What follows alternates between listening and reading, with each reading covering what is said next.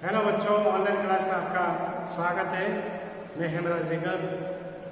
हम BEd first year में third paper अधिगम और शिक्षण के बारे में अध्ययन कर रहे हैं और हमारी ऑफलाइन में फर्स्ट इकाई पूरी हो चुकी थी, जिसमें से थोड़ा सा कुछ बाकी है। वो मैं कोई अलग जो वीडियो बनेगा उसमें बता दूंगा। आज हम इकाई 2 का अध्ययन करेंगे।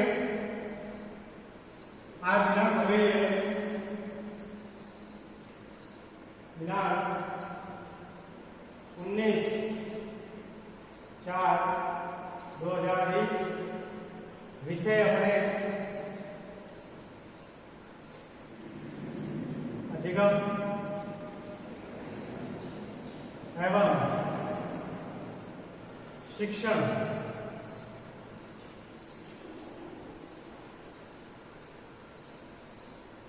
थर्ड पेपर है अपना।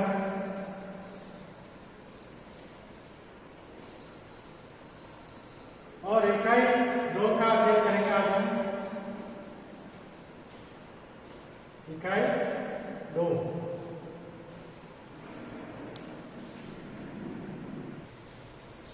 तो आज हम इकाई 2 का अध्ययन करेंगे। इकाई 2 कौन सी है?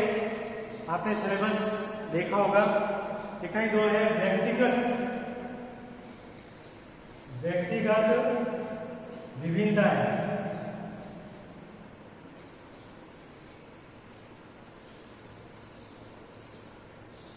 एवं संज्ञानात्मक प्रक्रियाएं।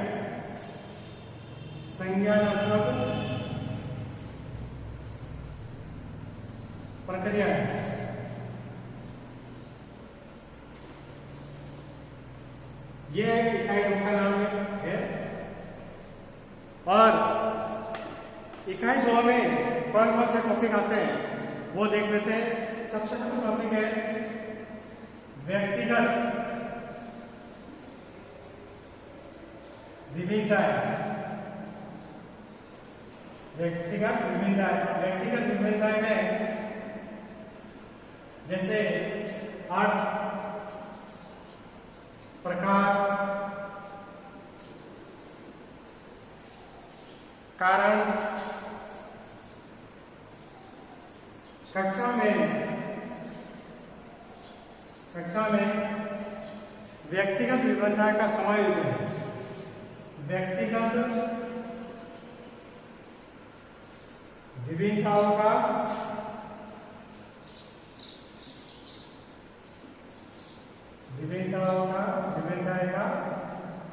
समायोजन। ये अपने पहला पॉइंट है। तो इसके बारे में अध्ययन करेंगे इस इकाई में हम। तो सर्वप्रथम व्यक्तिगत विभिन्नताएं, इसके बारे में जानेंगे कि व्यक्तिगत विभिन्नताएं किसे कहते हैं। व्यक्तिगत विभिन्नताएं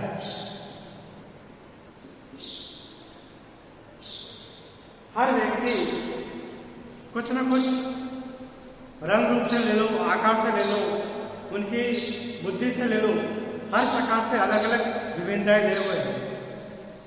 यहाँ तक कि 2 जुड़वा बहनें और जुड़वा बच्चे, बीच में चिड़िया ऑपरेशन कर रही थी इसलिए थोड़ा डिस्टर्ब हुआ। यहाँ तक कि 2 जुड़वा बहनें और जुड़वा 2 लड़के भी एक समान नहीं होते। उनमें भी कुछ न कुछ डिफरेंस होता है, दोनों में अंतर पाया जाता है। हर व्यक्ति किसी न किसी दूसरे व्यक्ति से भिन्न है। आपने देखा होगा कि सबके हाथ, पैर, नाक, कान, मुंह सबके समान है, सबकी आंखें और सबके दिमाग भी लगभग एक समान है, लेकिन हर व्यक्ति दूसरे व्यक्ति से भिन्न है। और यही विभिन्नताएं के बारे में अध्ययन करेंगे। प्राय ये देखा जाता है कि व्यक्तियों में कुछ न कुछ समानताएं मिलती है, परंतु उनमें आपस में अनेक प्रकार की विभिन्नताएं भी देखने को मिलती है। एक ही जाति या प्रजाति के कोई भी 2 प्राणी एक जैसे नहीं हो सकते हैं। रंग, रूप, काम तथा व्यवहार को लेकर बहुत अधिक विभिन्नताएं देखने को मिलती है। अतः मनुष्य में पाई जाने वाली इन विभिन्नताओं को ही व्यक्तिगत विभिन्नता कहा जाता है। यानी एक व्यक्ति का दूसरे व्यक्ति से रंग रूप ले लो, आकार ले लो और काम ले लो, व्यवहार में हर तरह से विभिन्नताएं पाई जाती है। इसी को हम व्यक्ति विभिन्नता कहा जाता है। अर्थात सामान्य भाषा में अगर कहा जाए तो शरीर के रूप, रंग, आकार, सीखने की गति, बुद्धि, स्थिति, रुचि आदि पक्षों में पाए जाने वाली विविधता को व्यक्ति विभिन्नता कहते हैं। यानी सामान्य भाषा में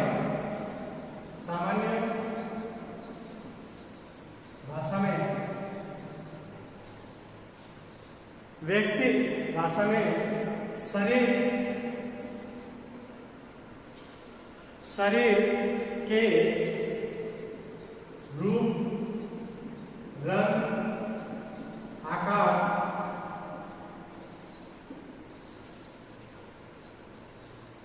सीखने की गति,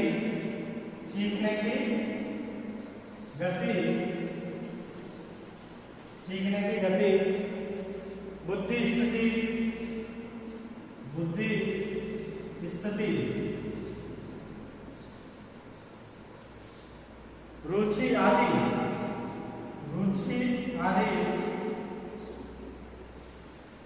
पक्षों में पाए जाने वाली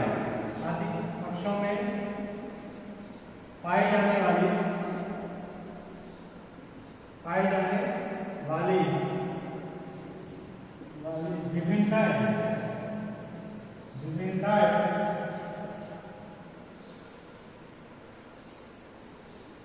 व्यक्ति विभिन्नता कहलाती है। क्या कहलाती है? व्यक्तिगत विभिन्नता कहलाती है। हर व्यक्ति में रंग रूप में या किसी समझ में, व्यवहार में आपको हर व्यक्ति के अंदर अलग अलग अंतर पाया जाता है। आपने देखा होगा कि आप जब कॉलेज में आते थे तो आप सभी एक ही किताब पढ़ रहे हैं, सभी एक ही जगह जा रहे हैं, लेकिन सबके सोचने समझने की शक्ति अलग अलग है। कोई देर से समझता है, कोई लेट समझता है, किसी को समझ में आता ही नहीं है। तो ये विभिन्नता हर व्यक्ति में पाई जाती है। आपने देखा होगा प्रकृति में भी पेड़ पौधे भी एक समान नहीं है, जीव जंतु में भी देखा होगा वो भी जीव जंतु भी एक समान नहीं है।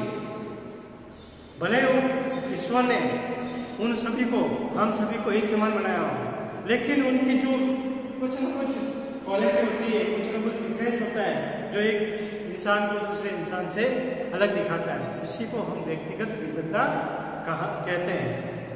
अब व्यक्तिगत विभिन्नता का सर्वप्रथम अध्ययन किसने किया था? व्यक्तिगत विभिन्नता का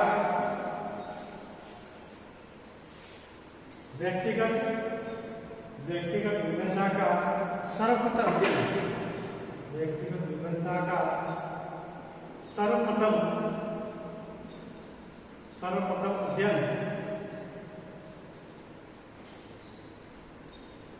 किसने किया? गॉल्टन। क्या नाम था उसका? गॉल्टन, जो 1879 में प्रारंभ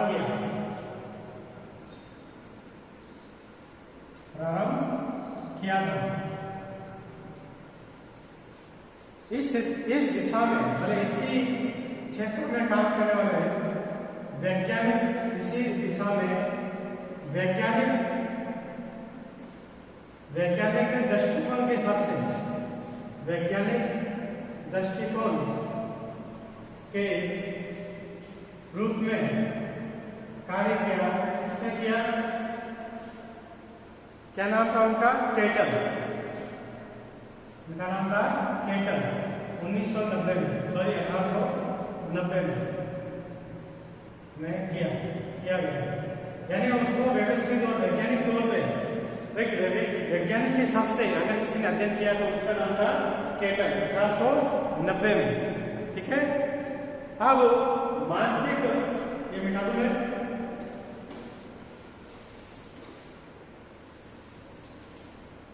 मानसिक विकास का मापन करने के लिए, मानसिक विकास का मापन करने के लिए अल्फ्रेड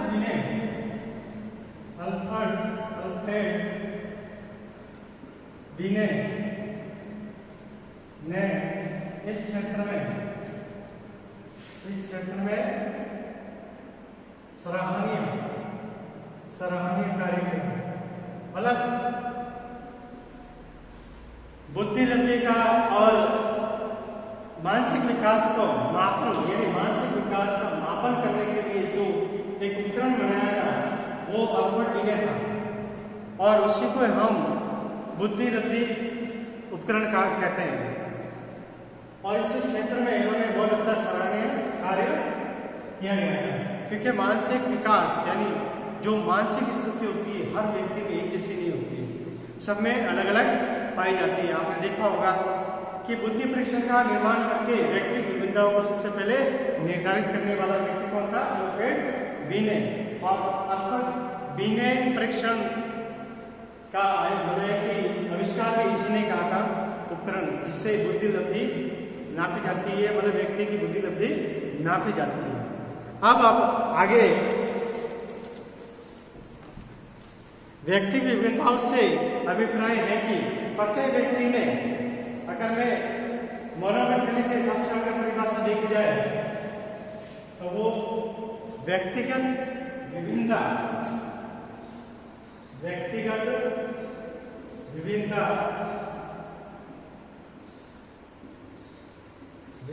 से तात्पर्य है कि प्रत्येक व्यक्ति में जैविक,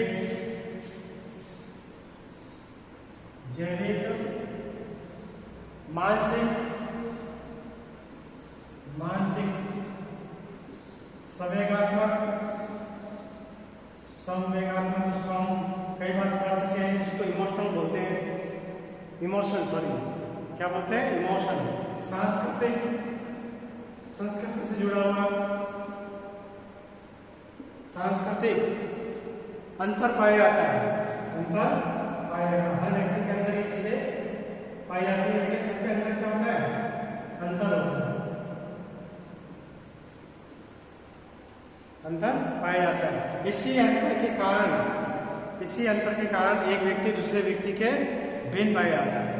ये सभी जो मैंने लिखवाए चारों चीज, जैविक है, मानसिक है, संवेगात्मक है, सांस्कृतिक, हर व्यक्ति में अलग अलग पाई जाती है, और यही अंतर को और यही विविधताओं को हम व्यक्तिगत विभिन्नताएं कहते हैं।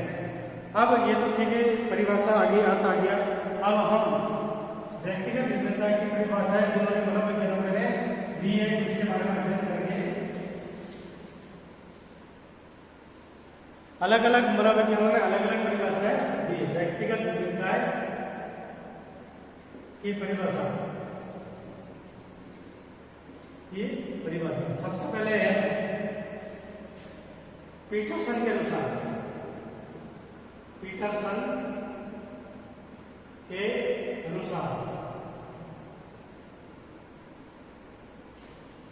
पीटरसन ने कौन सी दी कि व्यक्ति अपने माता पिता के माध्यम से व्यक्ति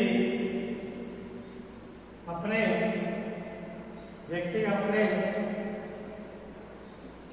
माता पिता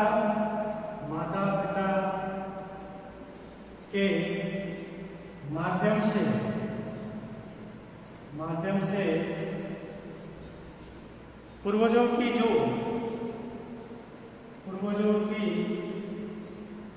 जो विशेषताएं प्राप्त है,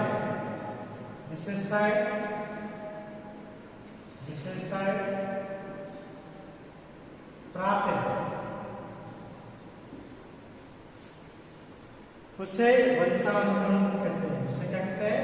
वंशानुक्रम। उसे वंशानुक्रम कहा जाता है।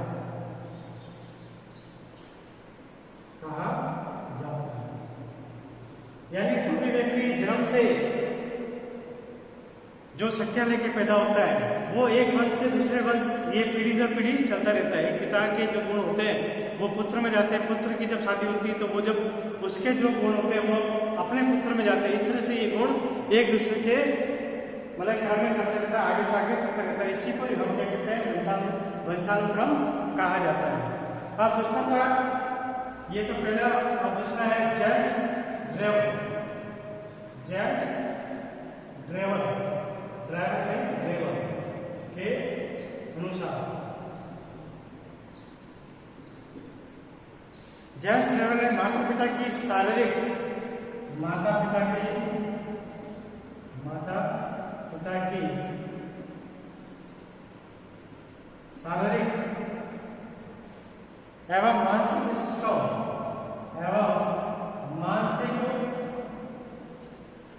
विशेषताओं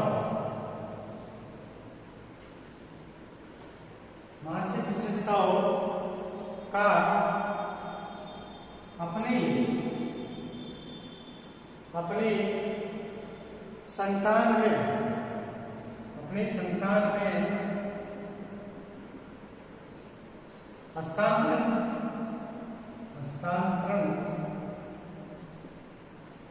हस्तांतरण होना वंशानुक्रम,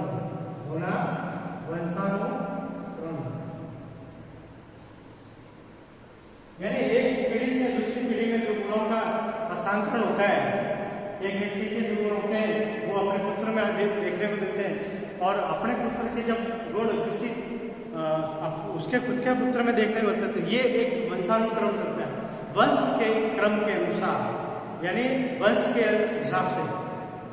एक पिता के जो गुण होते हैं ज्यादातर 90% आपने देखा उसके पुत्र में भी वैसे होते हैं, वैसी वो हरकत करते रहते हैं। तो ये तो वंशानुक्रम कहते हैं। और आज व्यक्तिगत विभिन्नताओं के बारे में अध्ययन इसलिए करेंगे क्योंकि हम अपनी क्लास में जब पढ़ाते हैं तो उस क्लास में 50 बच्चे होते हैं, 40 बच्चे होते हैं, 60 बच्चे होते हैं। वो 60 बच्चे अलग अलग भिन्न प्रकार के होते हैं।